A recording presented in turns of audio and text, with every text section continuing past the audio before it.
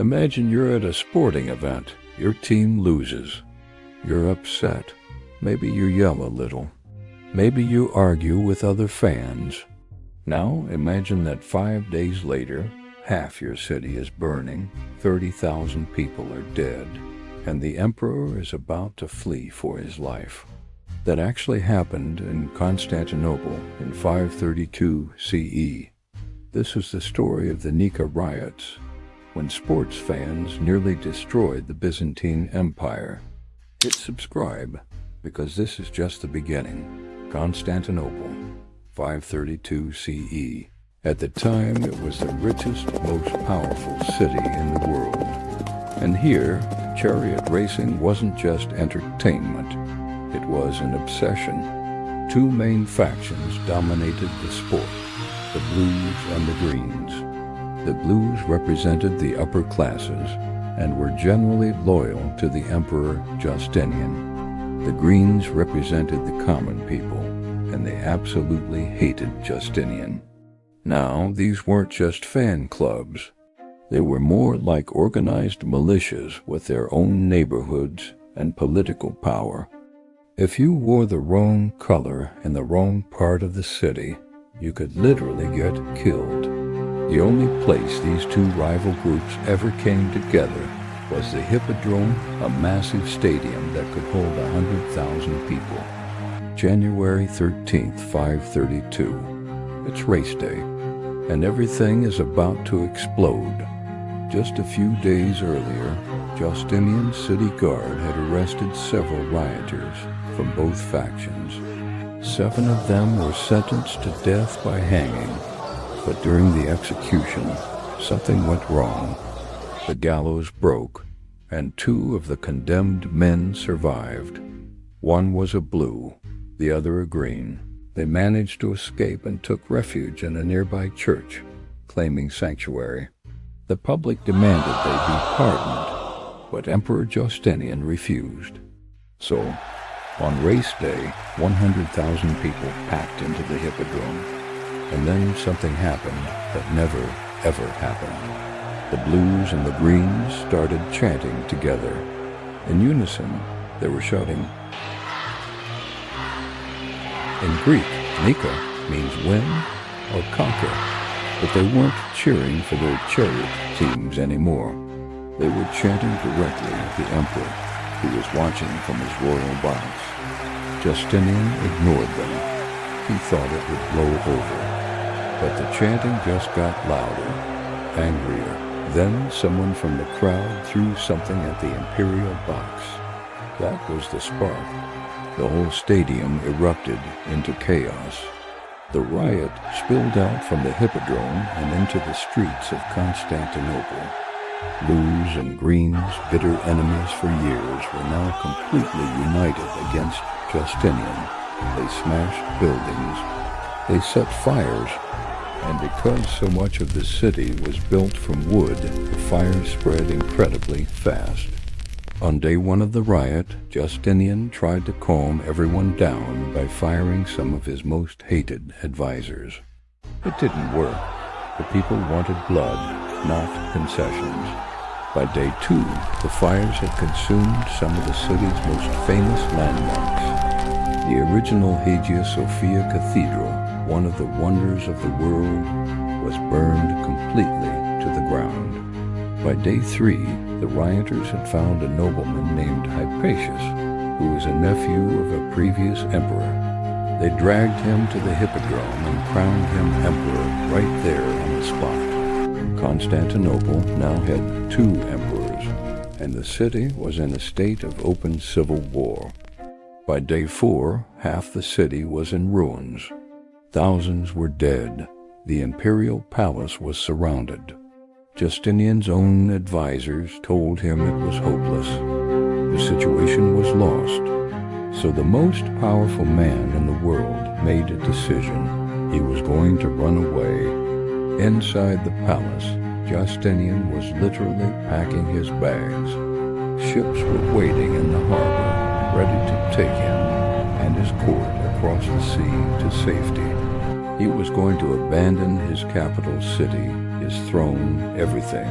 But then his wife stepped forward, Empress Theodora. Now Theodora's background was considered scandalous. She had been an actress and a dancer, which were seen as very low-class professions in Byzantine society.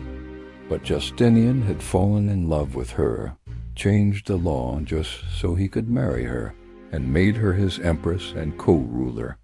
And she absolutely refused to let him quit. According to the historian Procopius, who was there, Theodora stood before Justinian and his panicked council and delivered one of the most legendary speeches in history. She told them that now is a poor time for flight. Every man must die eventually. But for one who has reigned, it is intolerable to be a fugitive. And then she delivered the line that is echoed through history. Royal purple makes the finest shroud. In other words, I would rather die here as an empress than live as a coward. She looked directly at her husband and said, If you wish to flee, there are ships ready. But I will stay. I will not see the day when I am not addressed as empress. There was complete silence in the room. In that moment, Justinian made his choice. He wasn't running. He would stay and fight. Justinian immediately called for his most loyal and brilliant general, Belisarius. The plan he came up with was brutal, ruthless, and simple. By this point, the rioters were all celebrating in the Hippodrome. They thought they had won. They had a new emperor, and Justinian was about to flee. 100,000 of them were packed inside. Belisarius took his most loyal troops, along with some foreign mercenaries, and completely surrounded the stadium. He sealed every single exit. The rioters were trapped. Then Belisarius gave the order. His soldiers stormed the Hippodrome from every gate and began killing everyone inside. Men, women, it didn't matter. This wasn't a battle. It was a systematic slaughter. Ancient historians report that 30,000 people were killed in the Hippodrome that day. 30,000. The rival emperor, Hypatius, was dragged out before Justinian and executed. By the end of the day, the Nika Riots were over. The rebellion was crushed. Justinian had won. And Constantinople was a smoking ruin. In the aftermath, the scale of the destruction was staggering. Half of Constantinople had been destroyed. The magnificent Hagia Sophia was gone. Tens of thousands were dead. But Justinian didn't flee. Thanks to Theodora, he had stayed. And then he began to rebuild. He commissioned a brand new Hagia Sophia, one even more magnificent and grand than the one that had burned down. It's the same structure that still stands today in Istanbul, nearly 1,500 years later. Justinian went on to reform his government, strengthen his rule, and is now remembered as one of the greatest emperors in history. Theodora remained his co-ruler and most trusted advisor until her death.